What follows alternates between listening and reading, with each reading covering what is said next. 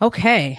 So this episode couldn't be more timely for me personally. As we know, healing is non-linear, and I am in a very deep space of intentional work towards healing from a recent change in my life. So I'm grateful for the conversation that my wonderful friend Rafiqah and I will embark upon today. I hope that it is helpful and healing for the entire podcast community in some way.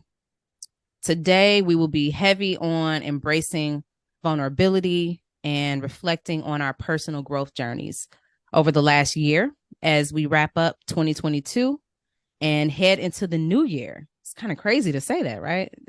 Yes. The new year, like it's 2022. We're heading into 2023 already. So yes, I'm looking forward to this conversation. Before we get into the episode, of course, I want to begin with introducing my dear friend, Rafiqah. So Rafiqah Mustafaa was born and raised in Philadelphia, Pennsylvania, the youngest of her mother's four children. Her ideal day involves a balanced mix of creative writing, hanging out by the water, taking walks, enjoying time with loved ones, including her cat, Moo Moo Kitty, laughing at a YouTube video or a TV show, and sitting with a meditation group. Professionally, Rafiqah serves as the Assistant Director of Evaluation at the Collaborative for Academic, Social, and Emotional Learning, also known as CASEL.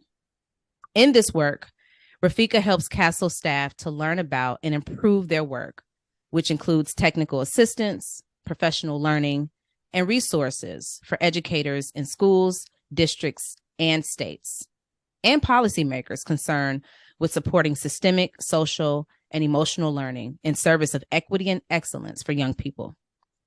So with that, I welcome the beautiful and the brilliant Rafiqah Mustafaa to Decolonize to Thrive. Thank you. You're welcome. So Rafiqah, welcome. Please introduce yourself to us. Thank you. It's really nice to be here with you today, Ina, and with your listeners.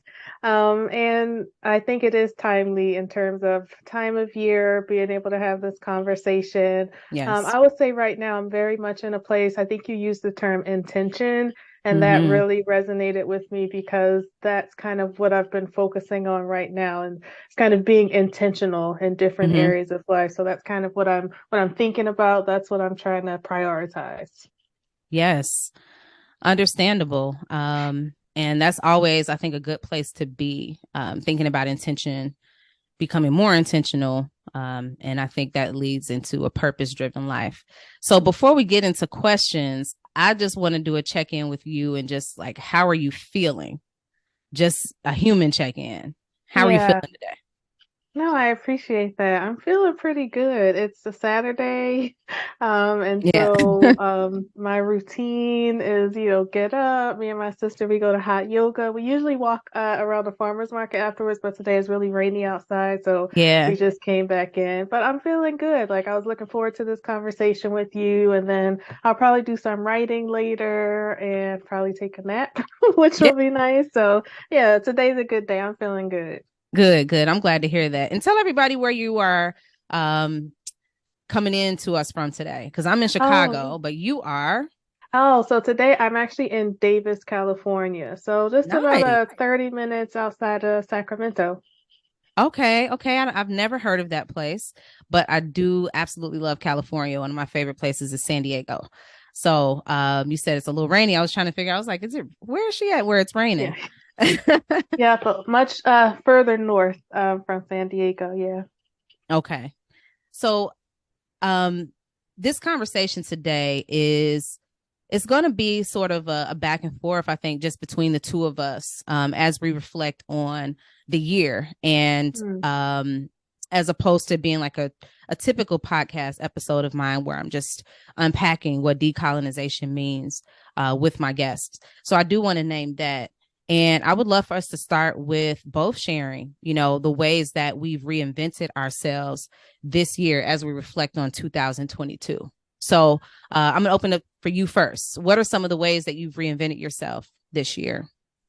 Oh, that's a really good question. Good time to reflect. Um, Yes. so a few things come up for me. One of them is really I think refocusing my interest in meditation. It's something Mm, that I have over the years, like kind of dipped my toe in, read some books, always doing hmm. like guided meditation. But I definitely used to have this perception of like there was a right way to do it. Yes. And I think this year, in participating in a couple of meditation retreats and really joining some groups, I've come to understand like how there is no right way, at least as I now think about it, Mm, and more thinking about using it as a practice to really be more in the present and actually to observe my thoughts rather than like in the past, I thought I was trying to clear my head completely. mm. And so that has been really helpful for me this year in through various experiences, really working with myself to be in the present, to not be worrying about something that's going to happen in the future, to not be, worrying or, Mm. fussing about something that happened in the past. So that has been really a practice that has kind of been pulling me through this year, in Okay, so terms of like, meditation. exactly, in terms of like Yeah. the reinventing. Um, I would also say recommitting to writing has been an important part for me. So when I was a kid, I definitely enjoyed writing. I thought, maybe when I was in elementary school, in the future, maybe I'll be like an author or something. But through, Yeah. high school, college, and through work, writing has definitely become something that was more is instrumental kind of, for whatever task at hand. But within Okay. the past few years, the idea of like writing has come back up for me of like a way to express myself and to really connect with other people. And so I love this that. year, I've been able to like lean into that a little bit more and recognize like, oh, wow, this is really an important part of how I express myself. And I think for me, like my identity. And so Yeah, I've been yeah, really focusing on leaning into that and working on my novel. So yeah. that's been really good. So I wanna tap into a couple of things you said. I actually want to go back to the Sure. meditation. So reinventing yourself through meditation. Um, you talked about how meditation, there isn't necessarily a right way to do it. And I don't think a lot of people know that. Um, Mm. I know I've gone through so many phases with meditation. Like when I first started it, I actually thought I was supposed to like have some enlightening message at the end. like I spent some time meditating. Like all of a sudden, something was supposed to be more clear for me that wasn't before I started. Then I got to the place where I realized no, you're supposed to clear your mind. You're supposed to get to this place where you have no thoughts, right? So I'm like, okay. So every time a thought would come, I'm like, oh, I'm messing up. I'm messing up, right? And then I got to a place where I heard that feedback that you just shared, which is like, you're not going to ever not have thoughts. Like that's just the way our brains are wired. So, you know, give yourself grace, give be non-judgmental about the process of meditation. So I'm hoping that this is helpful for some people who might be in that same space or who are new to meditation, where they understand that it's not that at all. I am in a place now where I can be more of an observer of my thoughts. Mm, I'm not in a place where I feel like I have to have super quiet anymore. mm, I feel like, oh, if I hear a noise and then I lose my train of thought, I'm messing up, right? So now I'm just like, I just sit with it. And I realize that it's just like the calming nature of just giving your brain an opportunity to just be still, and not judge that process. So I appreciate you sharing that. What I would ask for you, since it is an aspect of how you are reinventing yourself, is what benefits have you seen, if any, from like taking on that practice? No, that's a good question. So, one, I would say through the process of observing my thoughts, I Mm-hmm. have definitely identified patterns in my thinking, and some Ooh, patterns that might be more beneficial to me, and some that might be less so. speak And on that. so, Speak on that. yes, so, so, I might be sitting there, and especially if I'm sitting for a longer period of time, I think I might be able to observe more and then be able to kind of put the patterns together a bit more. But then over some days, I'm able to see, okay, I'm sitting here a lot thinking about my task list for today. or I'm worrying Mm, about this, challenging experience I'm having in relation to my hmm. relationship, right? Like I Yeah, can see myself and see, like, am I worrying about a lot of things? Am I, thinking about this presentation I have to give next week? Or am I sitting here and saying, okay, I'm here right now, And so, that's so rec- good. yeah, so recognizing like how much I spend time planning, how much I spend time worrying about what other people are thinking, those are some of the like Ruminating. patterns that I'm able to identify and say, okay, I want to work on this. Yeah. That's so good. And I'm glad you said that because one thing I've been thinking about lately is how our mental, capacity or like the way we allow ourselves and our thoughts to, pretty much take up our time throughout a Mm, day, it builds up over yes. time. Like before you know it, like here we go again. We're in December of 2022. I felt like I was just setting New Year's intentions in Hmm. 2021. And so if I think about like how I allow my thoughts to dictate my behaviors and my actions over, the course of a day, over a course of a week, over a course of a month, over a course of a year, like you start to realize how important your thoughts are because they are Yes, going to shape what you're doing in your day. exactly. So if you're sitting here worrying about what other people think, if you're reflecting on that bad breakup, if you are thinking about just like all the things you have to do for work, like that's where your time is going. Hmm. And is that how you want to live your life from a place of intention, as we talked about? So Exactly. so key. Thank you for sharing that. The Yeah, other you're welcome. thing I want to mention or bring up is you talked about writing and how Hmm. that has been really useful for you. So, um, what I know you're going to talk to us later about, like, what projects you're working on. But how is writing like supporting you through this like idea of reinventing yourself? Oh, another good question. So I would say two ways really stand out for me. One is I recognize going into the process of like, okay, I have this idea and I need to get this story out for my novel. That was just kind of where it started. But I Yeah. recognize, wait, I don't think I really have the skills to actually write a novel. Like that was kind of a Mm, starting point. And so okay. being able to like take a couple of writing classes this year has really been important for me because it identified for me, okay, this is something that I want to do continually. It's like skill Okay. building around writing. Like I want to get good at this. And so Yeah. it's helped me to identify, like for me, just an area of personal development where I want to make sure I'm continually going to workshops. I'm continually reading books about I writing. like that. So that's now like a part of my practice. And then the other part has been the community aspect. So through one of the classes that I took earlier this year, some of my classmates and I formed like a writing and critique group as we work on our novels.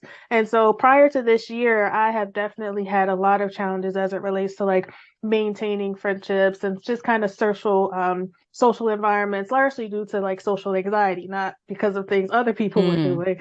And okay. so in kind of coming into this year, it was definitely a goal for me to like be more intentional about making sure I'm spending time around people who I can connect with in a really authentic way. And so for Yes. me, writing in community with other people and we're being able to share and support each other has been like helping me to build in that area of my life. So the relationship aspect as well.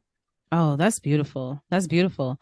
I like that it is a part of your almost like a self-improvement journey because you Hmm. started with this belief that you couldn't do it, but then you were like, but I want to do it. So what do I need to do to get there? And that Exactly. is there's that gap that we don't always close. It's like I want to do this thing, but I don't think I can do this thing. So taking those steps towards it says a lot about you and your level of intentionality. I appreciate that. Yeah. So, anything else you want to share with us just about like how you're reinventing yourself? And then I'll share a couple of mine. Sure. So one of them I'll also mention is related to career. So I have often been the person who is like, I need to create a plan and I got to stick to it. And Mm-hmm. have been realizing within the past few years, okay, maybe it's not going to work like that all the time. So I think Oh. in the past 5 years, I think I've occupied like four different roles in different places. And for a while, that was like a problem to me. In my mind, I was like, I need to just like figure something out and be in one Settle. place and make this work. Yeah. And I think in doing that to myself, I was convincing myself that I needed to accept something that obviously wasn't working for Ooh. me. Say And that again. so, yeah. So So yes, like just really thinking about, okay, if I'm trying to be intentional, then maybe the fact that I'm not feeling settled in these particular roles, I need to listen to that rather than Yeah. trying to force myself into it. And Right, so right. this year, in relation to that, I was able to occupy a new role within my organization that feels like such a better fit. But I think my old way of kind of operating would have been not to even pursue this as an opportunity. It would have been, well, let me Right. just stick with what I was doing before. So Yeah. that's definitely something that I've been coming into is like, if I'm going to be intentional about understanding what I want and what I need, then what do I then do to act on it versus like trying to make Yeah. myself fit back into this old way of operating that I used to have. Girl, you just healed me with that statement. Let me tell you why. Because I'm someone who has always been in workplaces for years. Mm, Like, I think the shortest amount of time I've ever been in a workplace was probably like 3 years. wow. Okay. So, but this last year, since January, I have been in like 4 different roles. Mm, Now that's a lot. yeah. In Yeah. 1 year, that's a lot. And some of them were temporary. Hmm. Some of them were, it was already outlined that it was just like a contract thing for a few months or whatever. But a couple of the other ones were like, I got into a role and I realized really quickly, this isn't for me. Hmm. Like we can go through the interview process, we can talk about things, we can be, you all can give me as much information as you can up front. I can ask you questions, but once I get in here and I get a feel for culture and like my work life balance, and if this is really what makes me feel like I'm working towards my purpose, and it's not. I used to be also that person who was like, I need to stay because what does that look like? And I don't know what happened to me this year. But the Mm, funny thing about it is I've been beating up on myself about that. mm, I've been like, and I've been hearing things from, people I know who are close to me, who I've been telling about my journey, who are like, oh, another workplace, and I'm mm, just like hearing that noise in the back of my mind too. hmm. So you saying that was, I needed to hear that. So I appreciate that. And I'm pretty sure there are other people, if it's a space that doesn't fit for you, why do we try to make ourselves fit? What is that? Like, what is that? I mean, I understand from the workplace perspective, resumes and all that, that doesn't look, people will say that. But like on a higher level, when we think about how precious our time is, yeah, I'm with you on that. So thank you for sharing that. Sure. Yeah. Could I add um, one other thing? yeah, definitely. Go Okay. ahead. Yeah, as you were saying that, it made me think because this partly relates to another area in terms of me, leaving my relationship this year and being in the process of Mm-hmm. a divorce. When you ask that question of like, why do we do that?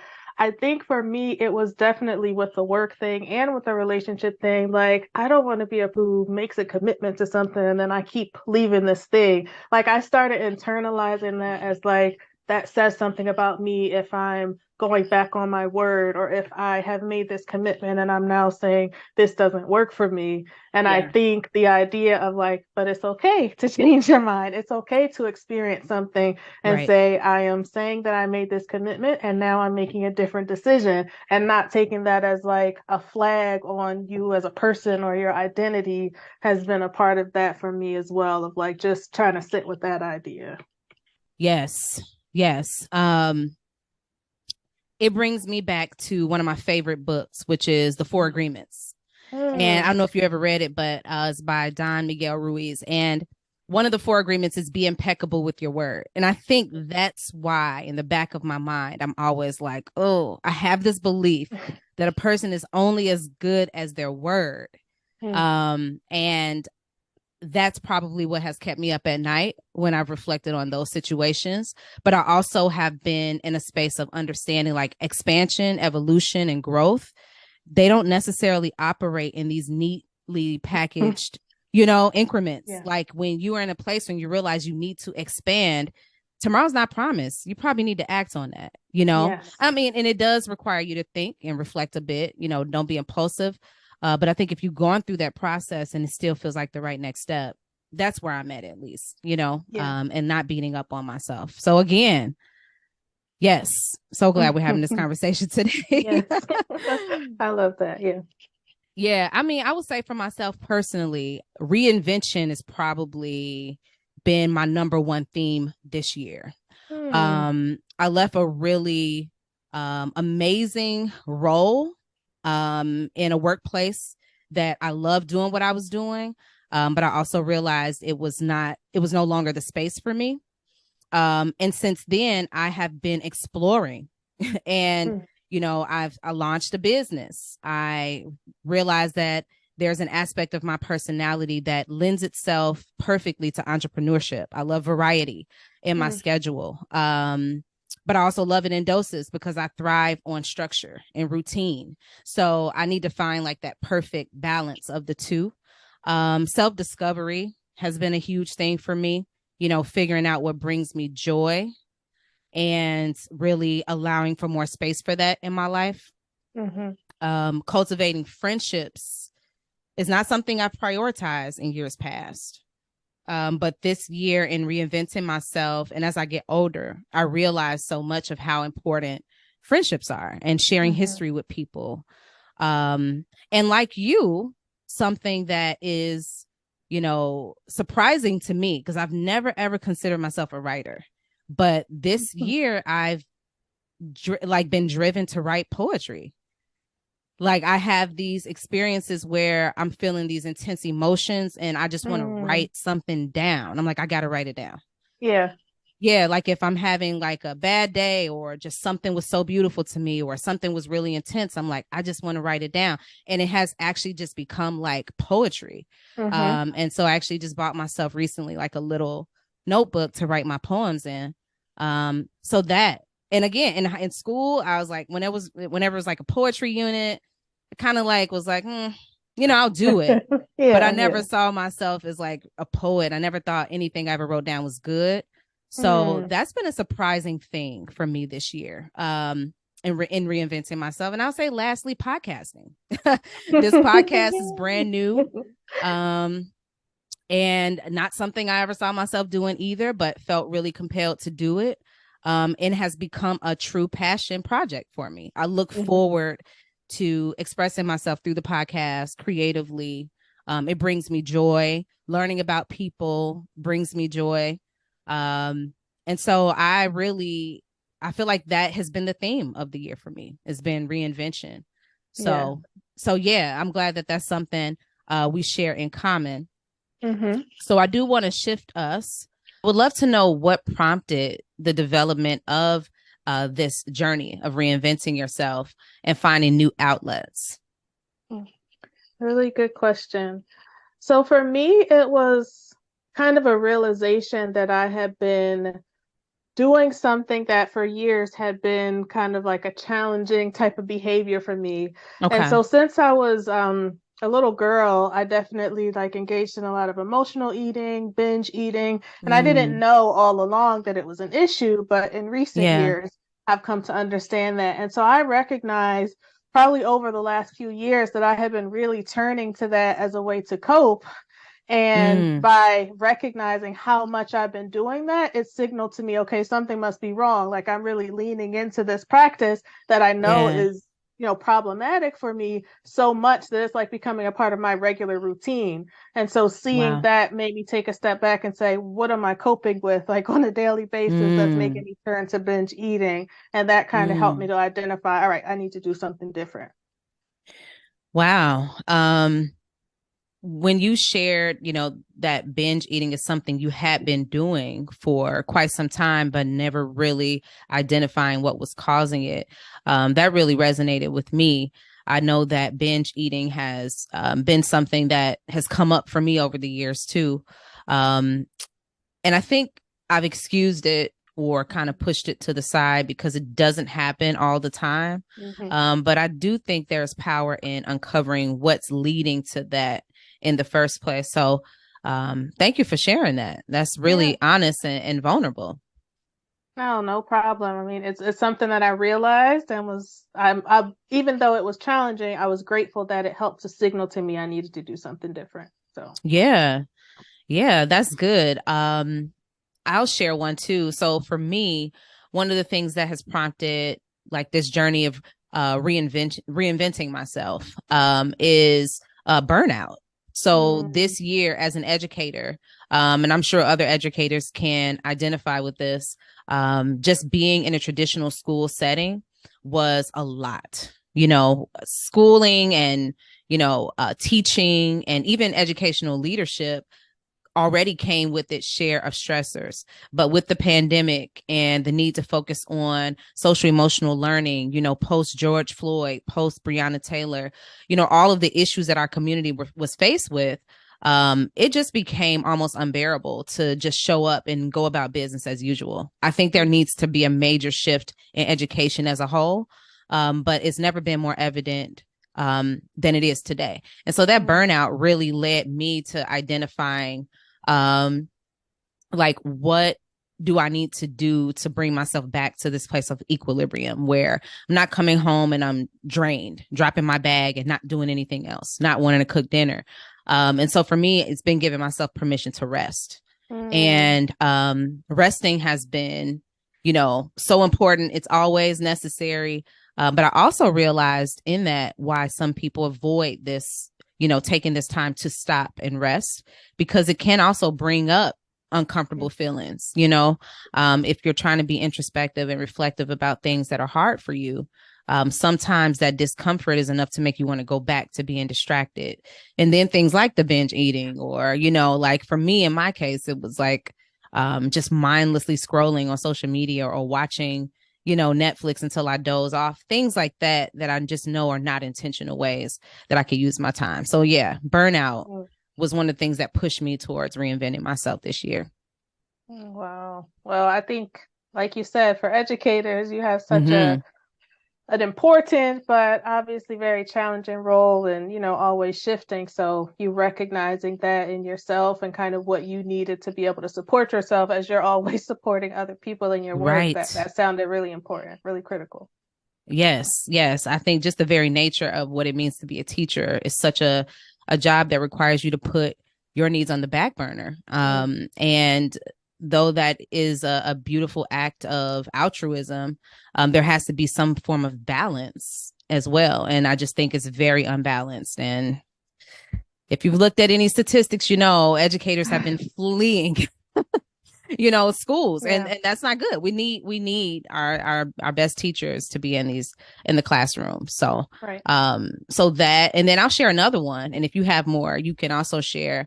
I think for me, parenting has also kind of pushed me in that direction, to reinventing myself, because as a parent it's like you're always on, Mm, always, you're never off, from the moment you wake up to the moment you go to bed, especially if you have little ones. And so always having to be on became my default, and I feel like there mm, was a lot of inauthenticity as a result of that, because when you're always on, you're not thinking, you're on autopilot. You're not really tapping into who you are on the truest levels, and so that brings about fatigue. And I just think being a mom, and particularly someone who's just doing it by myself mhm, most of the time, it's challenging. It's mm. very, very challenging. And so I think that's another one of those things that led me to just say, I need to give myself permission to have fun, Yes. to have joy, with the podcasting, with the poetry, with just, taking time to rest. So that's another thing that led to that for me. Oh, I love that. Yeah. And yeah, I could share one more. Sure. Yeah. Okay. And so the other one for me was recognizing that over probably the past year, I have been like trying out all these different things because I felt like Mm, I was trying to like figure out what was going on with me. And in some sense, when I yeah. look back at it, I recognize I knew what was going on, but I wasn't yet in a space where I was willing to accept it and say, like, I'm unhappy with what I'm doing with my work. I'm unhappy in how Mm, my direction is going with my marriage. Like, I knew yeah. it, but I was looking for someone else to kind of give me an out and give me an answer. And so, Mm, for example, going to, a naturopathic doctor and tarot reading and, meeting with a therapist and Reiki heal, like all these different things that wow. in their own right, they were very beneficial, but they weren't supposed to be giving me this ultimate answer. I had to Mm, find that for myself. And so recognizing that I tried all these things and I still didn't have somebody that said, okay, you can make this change. I was like, oh, okay, nobody's going to give me the answer. Guess I Yeah. have to do it on my own and just, even though it was Yes. scary, still step beyond that. So that like not getting an answer from other people was also a signal to me that I had to do something different. Wow. Wow. That is so, so important. And I think, and like you said, all of those strategies, seeing a therapist, doing the Reiki, even getting a tarot card reading, if Mm-hmm. that's something you're interested in their own right, can be very helpful in healing. But I agree with you. If you're waiting for someone to give you the answer for what, life is supposed to offer you or what your next step should be, yeah, that probably should signal that there needs to be some introspection or yeah, like you said, reinventing yourself. I can relate to that. I got a tarot card reading one time and never again. Mm-hmm. Never again. It just wasn't what I expected. I went in expecting all of this good news, all of these great things that, were going to happen. And I think the very nature of what it means to get a tarot card reading is to, to give you like a hard truth. Some of that might be great, but some of it can also, not be so good. And that was what I experienced. And then I was really experiencing some anxiety because I Mm-hmm. had heard that and then now waiting for these things to happen that this person told me was going to happen was not a positive experience. So I had to learn that as well, kind of let things unfold, Mm-hmm. but also start to look for the answers within. Because, Right. I mean, the truth is people don't even know, themselves well enough half the time to know what they should do, let alone Right. tell you, what you should be Right. doing. So yes, totally understand that. So, as you know, this podcast is dedicated to decolonizing spaces, and all of us bring in our own unique standpoints and viewpoints on what it means to decolonize. So, I would love to know from you how you would define that for yourself. Hmm. I love that. And I've been listening to the podcast, so it's helped me to, Yes. even think about this concept in different ways and hear how other people think about it. But Mm-hmm. at this time, I'm really thinking about decolonization as kind of questioning assumptions and questioning what I know to be true. So, what are Mm. things that I have thought for a long time about myself or about the world? Like trying to Yeah. understand, have those come from me? Did they come from my family? Did they come from the larger society? Like Right. the fact that I struggled with social anxiety, where did that come from? When I thought about it, it was like, Mm. oh, this came from when I went to middle school and I was Yes. suddenly around a lot of kids who looked different than me and who came from different Mm. parts of the city. And my name was weird and my hair was something for people to talk about. So I went Wow. inside of myself Mm-hmm. as a way to protect myself, but then for years didn't recognize that and was like closing myself off. So it wasn't until recently Mm. when I actually started to question, wait a minute, where did that start? And was able to see, okay, that wasn't me. That was something that came from outside of me that I took on. So for me, it's really Yes. been like questioning what are the things I do? What are the things that I'm thinking? And where did that actually come from? And then seeing, Yes. like, does that fit with the me that I'm trying to be? Does it fit with the life that I'm trying to live? And using that as kind of like a sorting piece for deciding what to do next. Wow. As you were speaking, two things came to mind for me. And just with you sharing your experience in middle school, um, one of those things being for me, when I reflected on my personal insecurities, I Mm, started to journal and try to figure out like where they originated. And it seemed like the deeper I would go, the further back I would realize that it was never actually about me. All of it stemmed mm, from something that happened before me that was either projected onto me by my family or other people. And then I started to question well, how did they get there? And then that, right. took me even, further back. And so it helped me to see their humanity and to Mm-hmm. forgive and to release, resentment or frustrations that I would have towards them. But I also found that oftentimes it is actually rooted in some form of either racism or white Mm-hmm. supremacy or capitalism. It's always something that Yeah. goes back to that. So that is so, so real. Mm-hmm. Yes. The second thing it made me think of was how definitions sometimes pathologize us as the problem. Like I was looking the other day at the definition for anxiety, and it had Mm, everything to do with like a person not being able to process this way or that way. And I said, but if we go deeper, Hmm. What led to that person not having the skills to do that? Yes, good And so, question. like, even our definitions, right, are colonized because they don't get to the root of the problem. Hmm. And they continue to pathologize us and keep us from identifying where the real source of our pain and our trauma often comes from. So, yes, thank you for sharing that. Very, very relatable and so true. Sure. So, what ways do you think the principles of decolonization are present in your work? I know that you're a writer, so would love to hear a little bit about how that is true for you, or how maybe you even want it to be more true for you. Sure. And I like the way that you frame that. How's it true, or how might I want it to Yeah. be more true? Because I've been thinking a lot about that in terms of like, what am I writing now? What am I writing next? And I think a part of it is the stories that I want to be able to tell. I want to depict people who are kind of examining their lives, thinking about how they ended up Mm, where they are. So the novel I'm working on now, it's about two Black American women. They're navigating how do they live their lives as it relates to career and family, but questioning like the expectations that family, that society has of them. And so this yes. idea of like not taking for granted where we are and what we've come to be, but saying, does this still fit with me? And so that's Hmm. kind of how it is in this current story, but I'm really looking forward to being able to insert that kind of at the individual level, and then even look at that like more societal things in future stories. Whew, love that. Mhm. Love that. Thank you. Um, I'm really looking forward to, your novel. And I'm so grateful that you are incorporating that as like an integral part of the messaging that your audience can receive when they read your writing. So that's amazing. So Mhm. with that said, I would love for you to share with our podcast audience how and where we can find you and what kind of projects do you have coming up. Sure. So I'm gonna try to do a bit better with social media. Oh, So I'll share it. But yeah. everything is my first name, which is Rafiqah, Hmm. Rafiqah, and my last name, Mustafaa, Mustafaa. So on Twitter, it's Rafiqah Mustafaa.